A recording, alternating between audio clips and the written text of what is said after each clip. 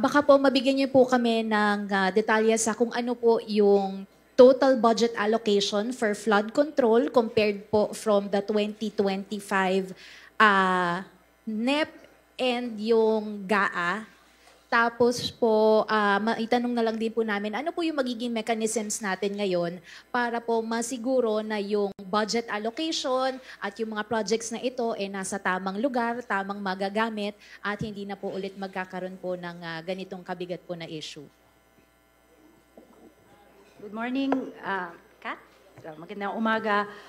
Before we start, I'd just like to inform everyone po na for those who want, kung gusto niyo po makita yung National Expenditure Program po natin at lahat ng mga libro na kasama po yung budget and expenditures and sources of financing, the staffing pattern, all the volumes, lahat po, live na po siya, nasa DBM website na po siya, kasama ng President's Budget Message. So if you want to go through the President's Budget, pwede nyo na po buksan sa website ng DBM.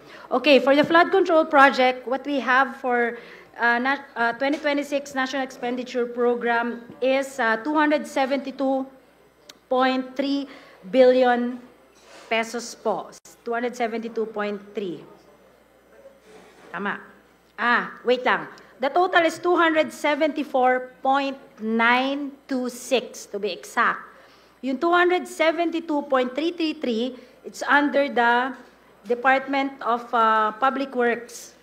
While the remaining 2.593 billion po is under the Metro Manila Development Authority.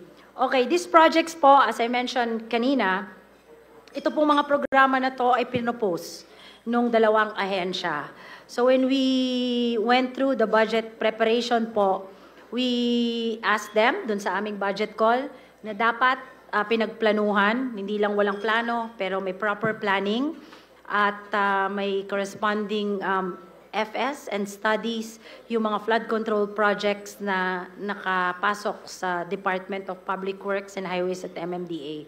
So expect them to fully complete and tama po yung mga lugar na pinaglagyan nila ng flood control projects. Maybe when they go here in the House of Representatives for their budget deliberation, they can explain further kung saan nakakalat yung mga projects na yan.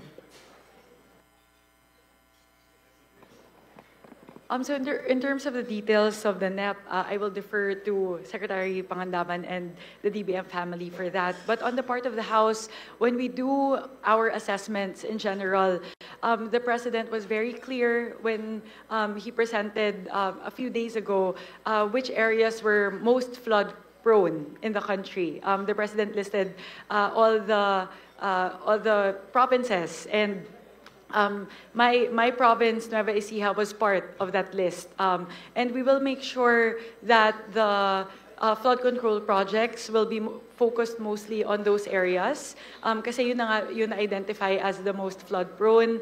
We will also coordinate with the respective RDCs and the respective regions, because there should be like an overall flood mitigation plan for the different areas. So those are the things that we're going to look at in terms of the need.